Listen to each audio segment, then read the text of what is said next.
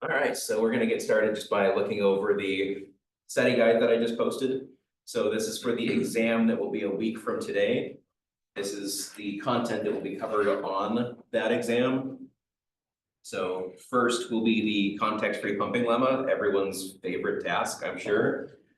So just knowing how it differs from the regular language pumping lemma, I'm hoping that at this stage in the course, we are somewhat familiar with how to set up a pumping lemma style of proof. So just knowing what's different between them will hopefully help you to be able to solve the context-free type of problem as opposed to the regular language type of pumping lemma problem. So know the steps, know the assumptions, be able to produce a proof for a language that's not context-free, know the exact proof layout, being able to determine if a language is context-free or not. There was that first homework problem on the last homework that asked, is this language context-free? And being able to make a decision about, should I go down the route of drawing from PDA or writing a context-free grammar, or should I go down the route of writing a context-free pumping lemma? So a question like that may show up on the exam. My recommendation for something like that is to think about how would a stack solve the problem? So the first problem on the homework, as an example, you can think of solving it from a stack of it was, what was it, B's, there were more B's and C's than A's and D's, and it's in that exact order. All the A's come before all the B's, come before all the C's, come before all the D's. So you would have some stack symbol representing that so far we've seen more A's and D's than we have B's and C's. You'd have another that says we've seen more B's and C's than A's and D's. The bottom of stack symbol would represent we've seen an equal number of A's and D's and B's and C's. So as we see all the A's put on that first stack symbol, I like to think of those as zeros. Once we see some B's, since there are zeros on the stack, pop them off. Since every time we see a B, we've seen one fewer now A's and D's than we have B's and C's. Instead of seeing 5 more, now we've seen 4 more, then 3 more. So pop off those zeros. Once we get to the bottom of the stack, throw on some ones. As we continue to move from the B's to the C's, continue to throw on more ones. As we start to see the D's, now pop off the ones. And what's left is either some ones on the stack, some zeros on the stack, or the bottom of stack character. Transition to a final state, where in that final state, you just loop to that final state and remove any ones that were on the stack until you get to the bottom of stack symbol and remove that. And now you can accept. So as long as you're at the end of the string, you would accept if there were ones on the stack, but not if there were zeros on the stack. And you do that by just looping, removing any ones, and not looping and removing any zeros. So since you can come up with a way to do this, to think about it with a stack, that would tell you this is context-free. Don't go down the route of trying to make a context-free pumping lemma because it is impossible. I saw multiple people attempting this, trying to make the context-free pumping lemma work. If you were able to make it work, then you made a mistake somewhere because that context-free pumping lemma is impossible.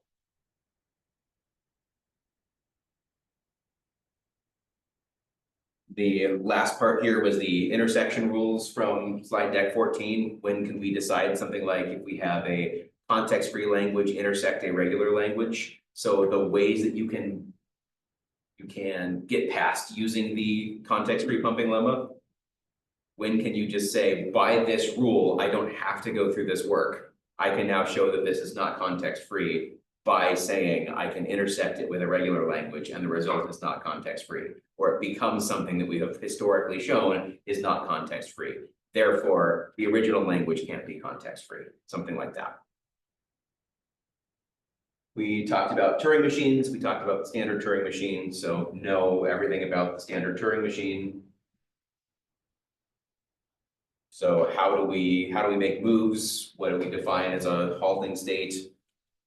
Be able to simulate the moves of a Turing machine. So not just be able to make a Turing machine, but if you're given a Turing machine, be able to show how it works using either instantaneous descriptions or just some way of going through the states and showing how this Turing machine is solving this associated problem, maybe just a verbal description of why this Turing machine is either correct or not correct for solving a particular problem. Just have kind of Turing machine readability in the same way that you would have Java readability or C++ readability. Just having Turing machine readability is useful in this class. I don't know how useful it will be beyond this class, but it's very useful for the moment. So be able to construct Turing machines, draw transition graphs for Turing machines, identify Turing machines languages given a transition graph. All of those had some associated homework problems. We went through a bunch of changes we could make to Turing machines. We found that a lot of those had the same computational power, but a couple of them did not. Like for instance, the non-deterministic Turing machine. We don't have a non-deterministic computer. If we did, wow. That would be a very exciting and very scary day, but everything else was equivalent to the standard Turing machine. So just like on the homework, if there is a problem that says, give me a Turing machine that solves this problem, I would say that you can use any equivalent Turing machine. So be familiar with how to make one-take Turing machine problems easier by utilizing any of these other models that have equivalent computational power. Be able to describe the universal Turing machine, what that was. We talked about countable and uncountable sets. So I may give you a set and ask you whether it is countable or enumerable, be able to reason about that, say why or why not with some example. We talked about linear bounded automata.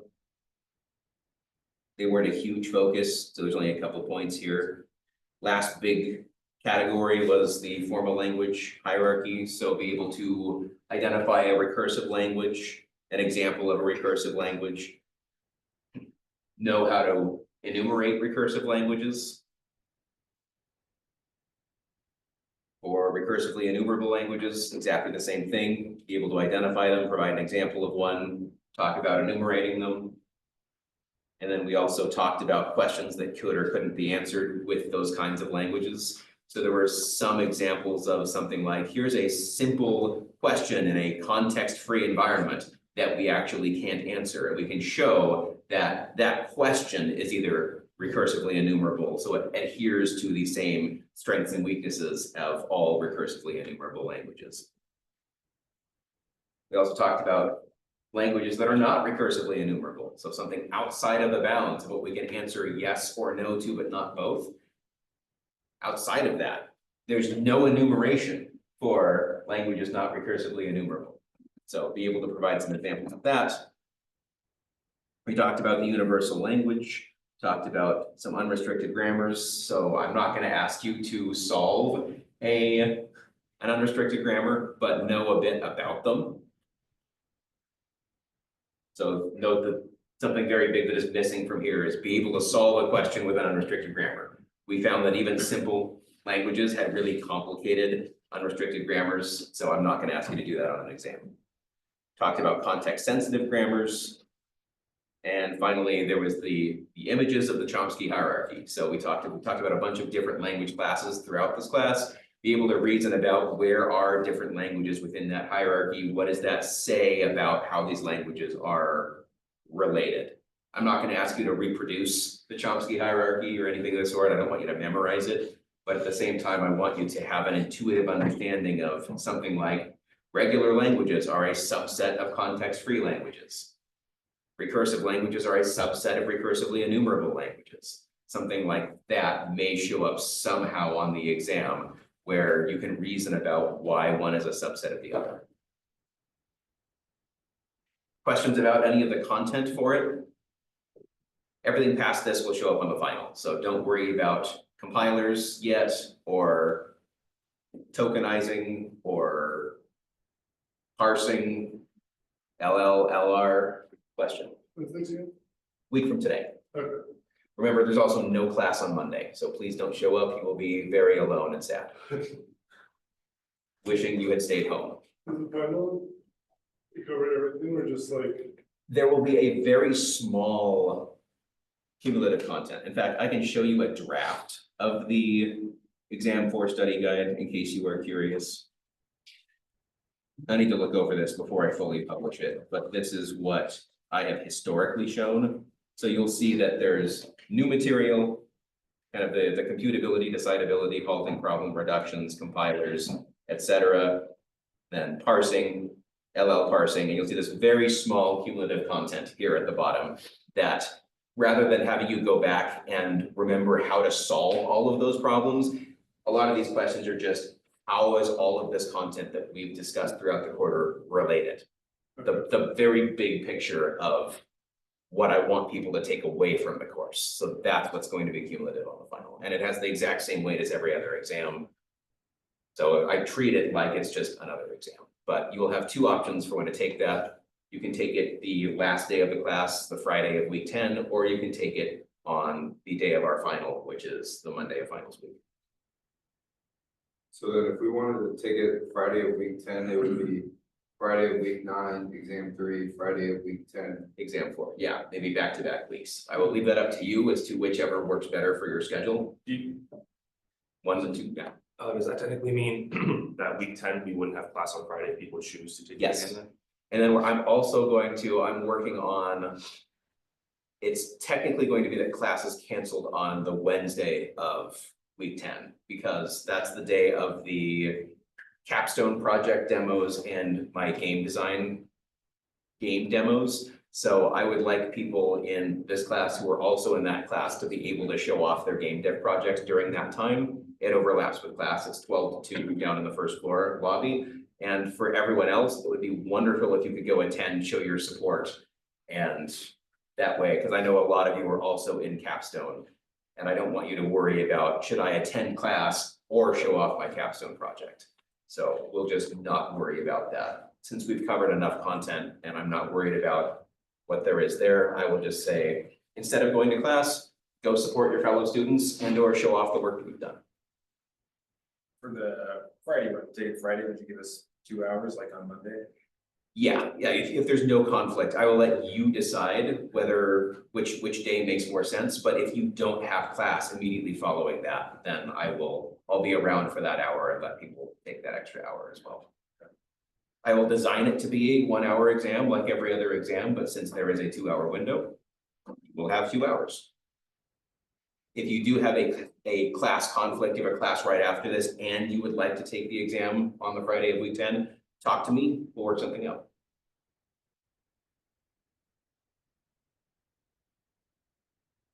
Any other questions?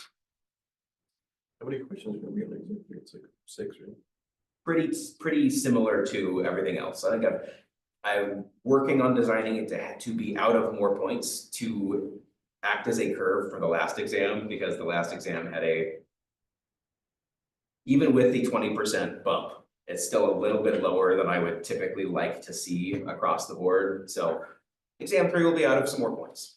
I don't know if this is something big, but I had this one teacher who would like make a test worth like double the points, and he would give like a multiple selection of each kind of questions. Be like, build your own Interesting. test. I don't know if that's something. Yeah, that is an interesting idea. I'll see what I can do. I'll see what makes sense. See professors, they'll have the whole exam, like what they built, and then the last question will be like, what are some things that you studied for that were on the exam? Yeah. Show me some examples, and then you can get points there. Yeah, I do like that idea as well. Maybe we do that. Maybe we do something like that. I'll design something that is meant to curve grades in the positive direction, because this class has been hard. You put more effort into it than your grade probably shows at the moment. And that is something that I'm very aware of. All right. So we didn't have very much left to do here with LR parsing. We had, what, 1 slide left to cover, but I wanted to go over this in a bit more detail because I was rushing toward the end of class and that wasn't great.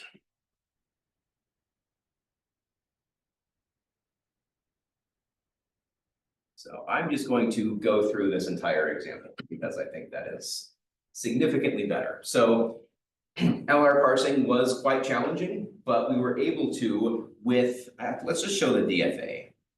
This was the full DFA for the LR parsing example that we were going over.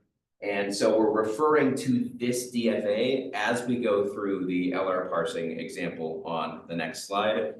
So we have all of our items, all of our markers within each of those items. So that tells us, given the character that we see on the stack, we make the associated transitions that allow us to eventually move past whatever the marker is at one of these locations.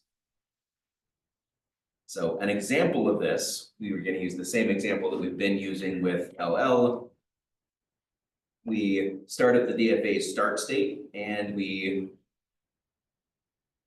will move forward as we read symbols. So we want to eventually map, it was what, ABCAB was the string? Yeah. So we start at state 0. Stack has the bottom of stack character, which for some reason the book has switched now from using Z to using 0. So we have a bottom of stack character representing that we are at state 0. I guess that makes sense as to why that is. There's nothing attached to state 0, but we know that where we're starting is at state 0. So not necessarily the bottom of stack character. The bottom of stack character is just that initial state. But start state 0, 0 on the stack. Step 1, we are looking ahead for an A. So the first thing we need to do is shift the A onto the stack from the input string. So we shift the A on. By shifting the A on, we're going to take the transition that gets us to, gosh, this is going to start being a pain. We see the A, so we're going to shift the A on the stack, take the transition for A and end up in Q2.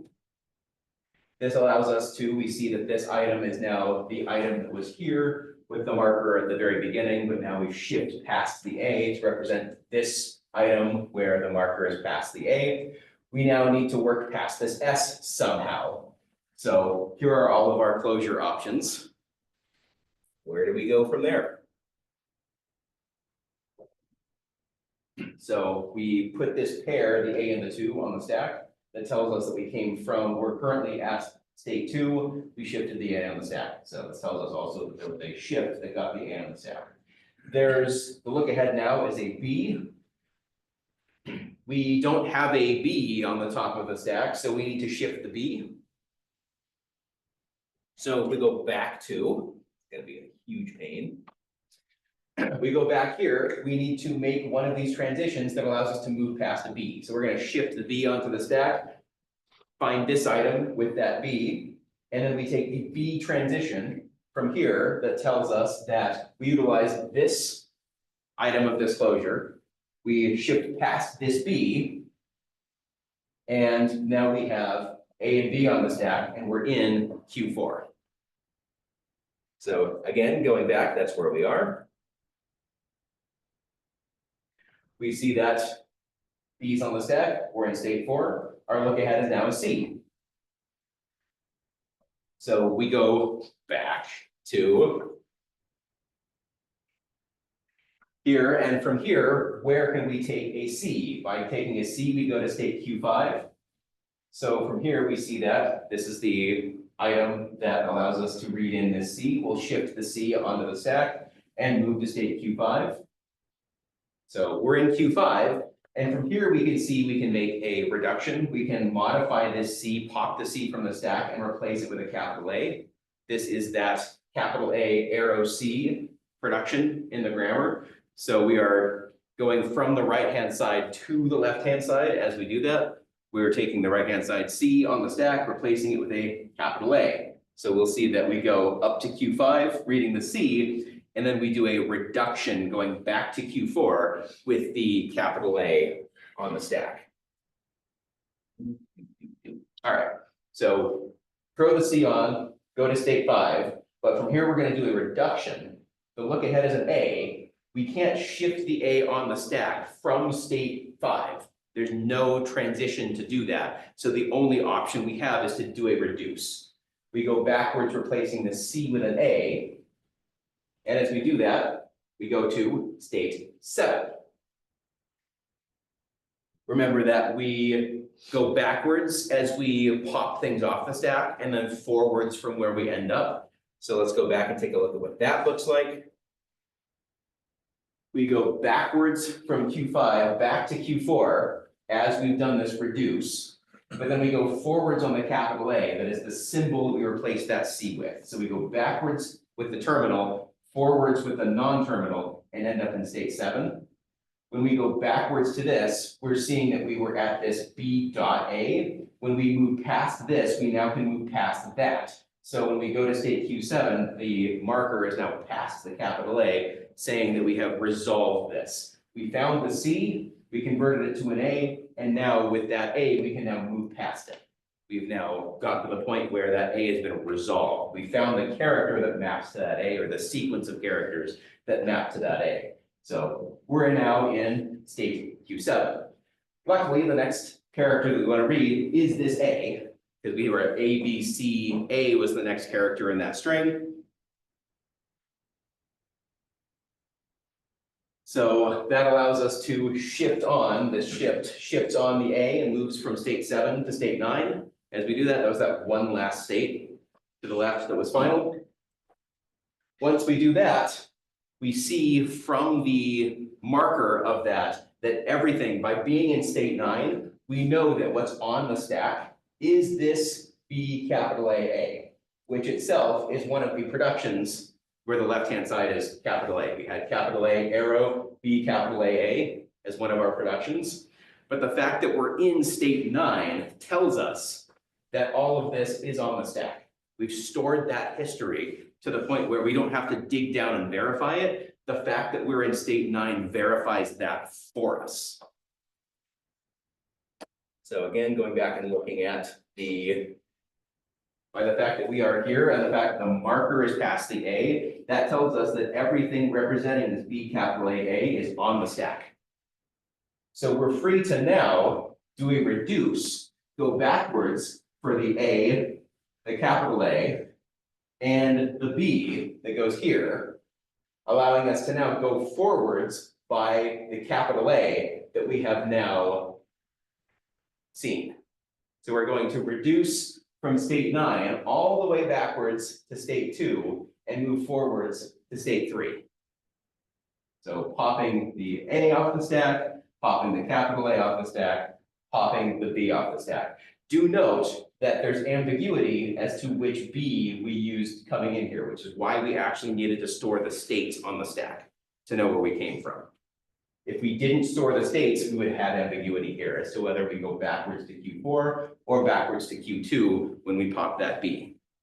Since we stored it on the stack, we know that the B capital A was on the stack, but storing the states tells us where to move backwards to. So we'll see that we end up from here, backwards, backwards, backwards, forwards, and the end result on the other slide will be state 3. So we see that right here. All of this moves backwards and forwards replaced with a capital A in state 3. So we've still only gotten through the ABC and yeah, we got through the A. So now we're looking at the last character B that we need to produce. So this A needs to become a B in some capacity. But we now move backwards again because this A is a terminal state in the actually, that's perfect. It's actually there. Maybe I should be using this instead of that. So we went from here, the fact that we can't move forward with a B, there's no transition out of Q3 reading a B. So we now reduce. We go backwards for this A and forwards to this S, saying that we went backwards to the A. We've now read past this S that was in the ASB, which is when we originally came here from state Q0. So now we need to resolve this S. So we move forward on the S and end up in state 6.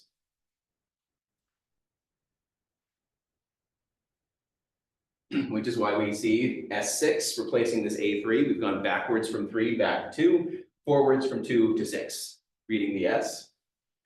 We now need to expand this S in order to get this B, so we can now shift on the B because there is a, according to the DFA, we can read a B from Q6. So this allows us to shift on the B, moving from state 6 to state 8. We now have completely passed this ASB, so we can do a reduce.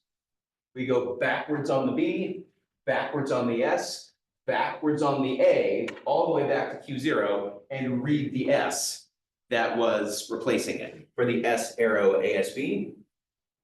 So this entirety ASB, we go backwards on that, and we see that we move forwards past the S that was in that part of the DFA. So here's the forwards to S, and we go to this final Q1 where this was the dummy production that we added at the very beginning. We've now moved past the S in this dummy S prime arrow S production, leading us to a final state.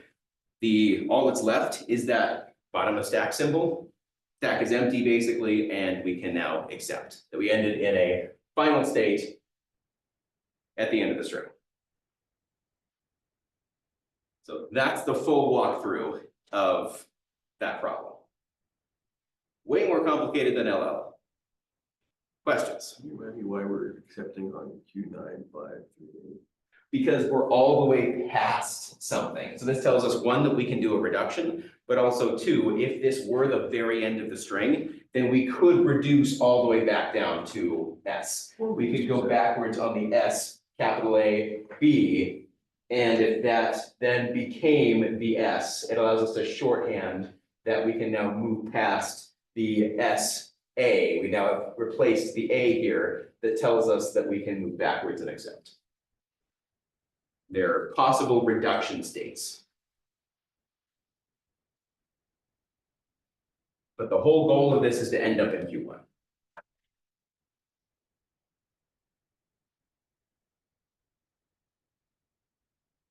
Other questions about any of that process?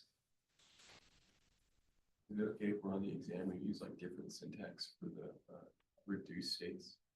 I am totally fine as long as I can understand what you do and it is logically correct. Doesn't matter to me exactly how you define it.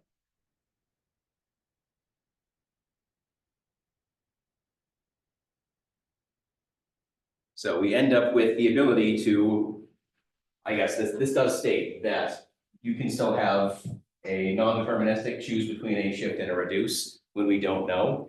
But this is what creates an LR1 grammar or an LR2 grammar, is how much of a look ahead we need in order to be able to remove that ambiguity and choose between a shift and a reduce. But yeah, that's a process. It's a reason I don't assign this. It's a challenge. It's definitely a challenge. But this is the very end of the content for the course. We've blitzed through it at an unprecedented rate for me.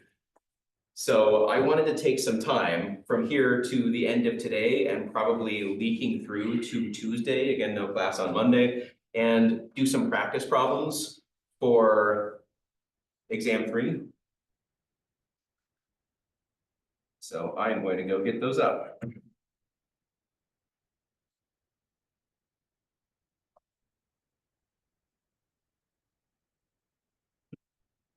All right. So first one, we're gonna start with some Turing machine practice problems. Is there a way you can post these too? Yes, yeah, I will post these ahead of. I can just post them at any point. So first one would be a Turing machine to remove the first A as long as the input is something in AB star.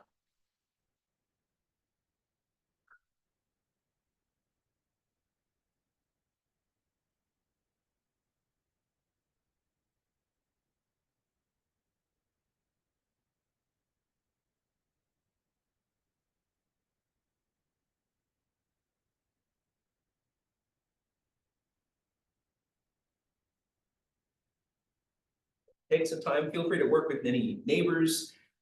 You can design this as a one-tape Turing machine. You can design this as anything else. My recommendation would be design this as a one-tape Turing machine, because I think that might help you to see the complexities of designing Turing machines. On an exam, do whatever is simplest. Just removing the first A from. Just removing the first A.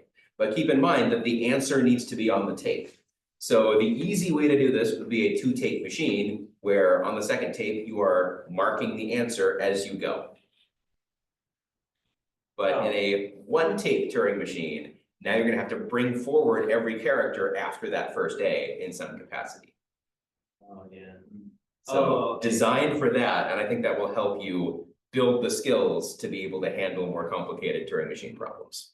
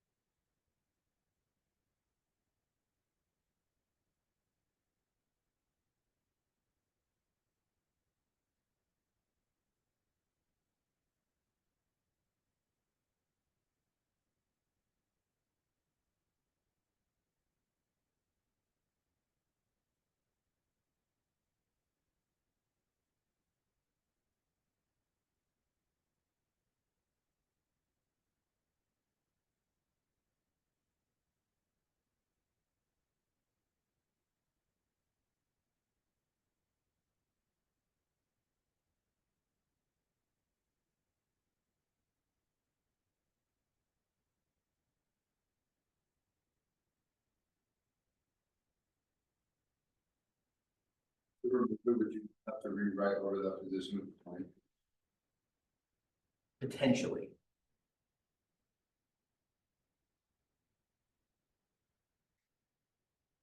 If you replace it with a blank and then terminate, it's not the full answer on the string. So if you temporarily put a blank there, that is one possible way forward. I don't know if I would recommend it necessarily, but it would work.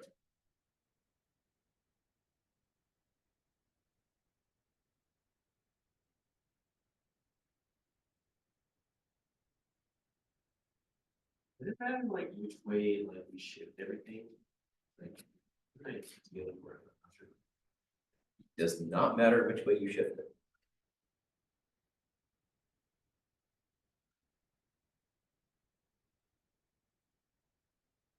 Oh, actually, it's very simple.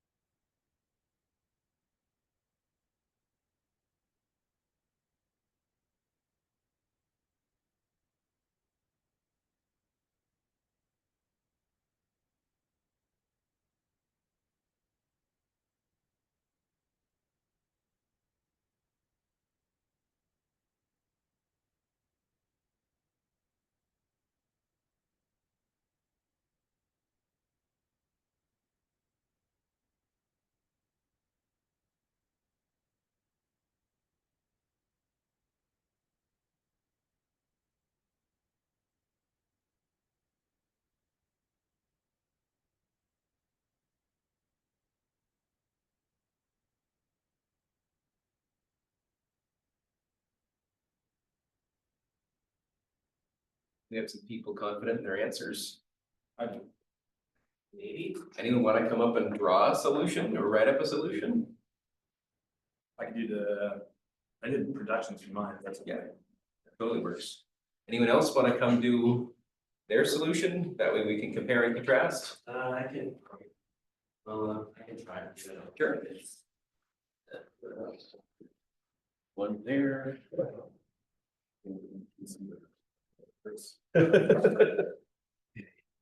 One here. Like just draw it out or something. Where do I go? Let's say we want to divide this in about thirds. Stay on the light if you can. So let's have one person take like a third here, one person a third there. Then we can take some third here. So let's stay in the light-ish.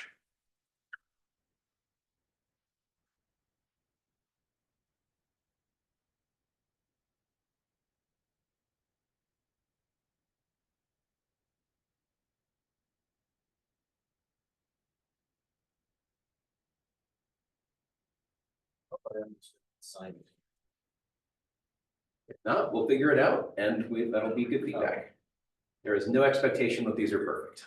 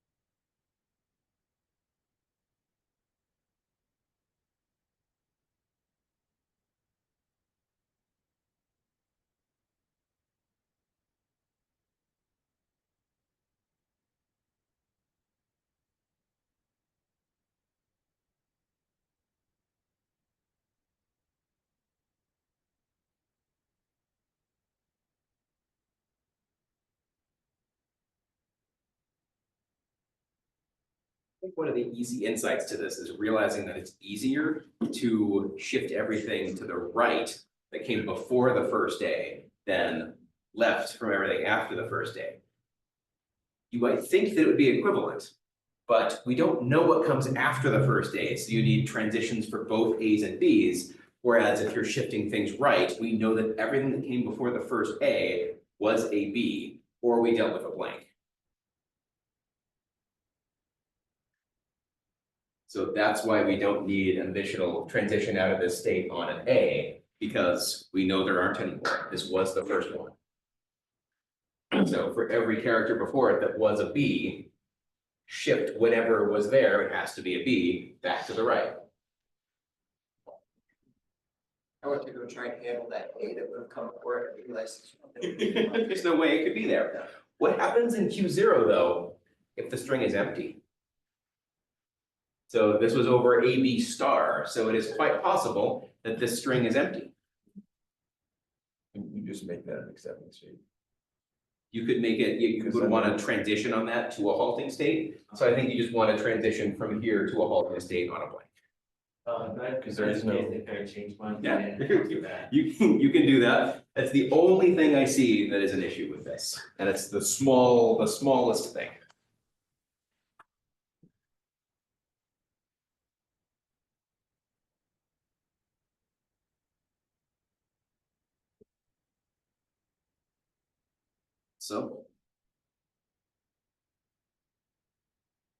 So my question to the rest of the class is compare and contrast these answers. Does anyone see any issues with any of them? Or do we all agree that these solve the problem? Again, assume that there's a transition from here on a blank.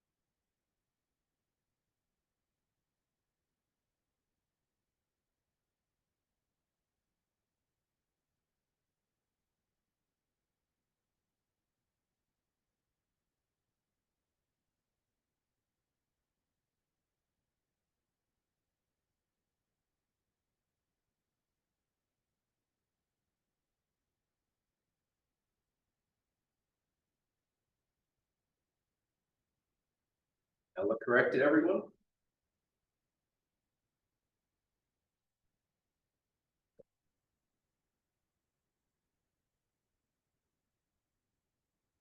Draw out an example would be my recommendation. Go through each one of these processes with some example. Just trying to follow like the one on the right where it's like, is it saying like, if there's a, okay, so if there's an A. Oh, in the instance of an A, replace, get rid of it and then move left. Read an A, write an X, move left. And then when it reaches Q2, it's like, it only advances if there's a B, replace it with an X and then move right. Is that, am I reading that correctly? That is what that says. Okay. It's like when there's nothing, replace it with a B. So this would be the X that it's writing an X. It's, yeah. Converting a B to an X, reading an X, converting it back to a B. Hey, can I go up here and like draw like what exactly? Yeah. Draw so on here, not to steal everything, but like, I'm trying to like understand this, cause like, it's okay, so like. So okay. Okay, read an A, and this becomes an X, and then move left, okay, so we're here, right, and then. Well, the only way the only way here is to go here, so then this is a B, replace it with an X, move right. This is an X, oh, it is, oh, I see, now that's a B, then. And move left, so now there's two X's. Oh, I see now, like. X replace an X. Oh. Go back. Okay, so back here. Wait, is that correctly? Am I following that I correctly? think so.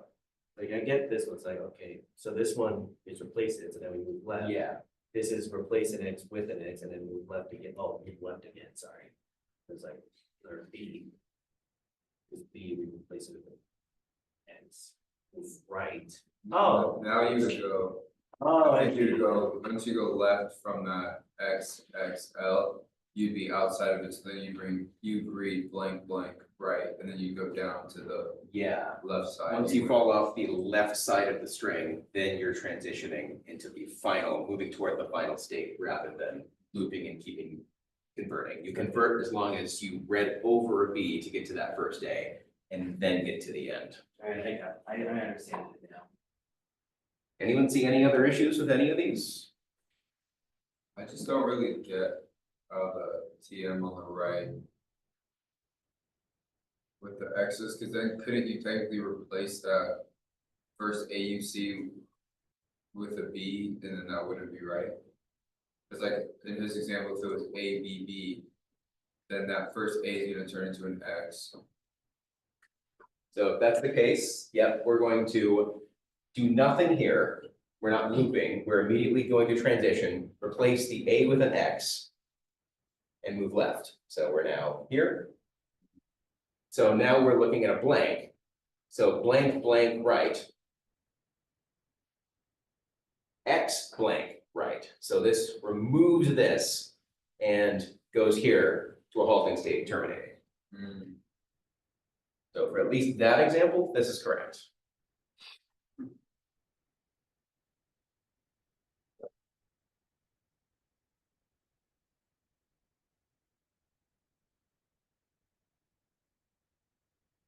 Anything else? I guess we're basically out of time, so I should probably let us get going. So we'll continue at about this pace. I would like to continue to do this, where I give you a problem, we work on it for a while, some people come up to the board, walk us through their solutions. We all, as a class, analyze those solutions, again, without any expectation that those solutions are correct.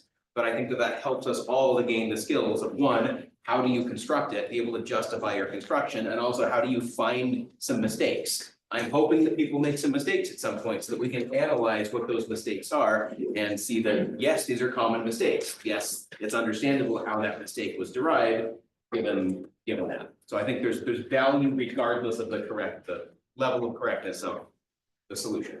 But This is the plan for Tuesday through Thursday? it's, yeah, at least for a good chunk of it. Yeah, is to do some practice problems. I want there to be one full class for everybody. Okay. You too. I'll say, when I first started to get this, I didn't realize, I forgot the part where it's like, it's the first stage. I thought I had a pretty good system where it's like, how do I shift actually and You would have to do that if you moved right and we're shifting back left, because we don't know what's there. yeah, and it's like, yeah, that's what I kind of did, you know, like, oh wait, if there's guaranteed B's to the left, then like I don't have to do anything. It's like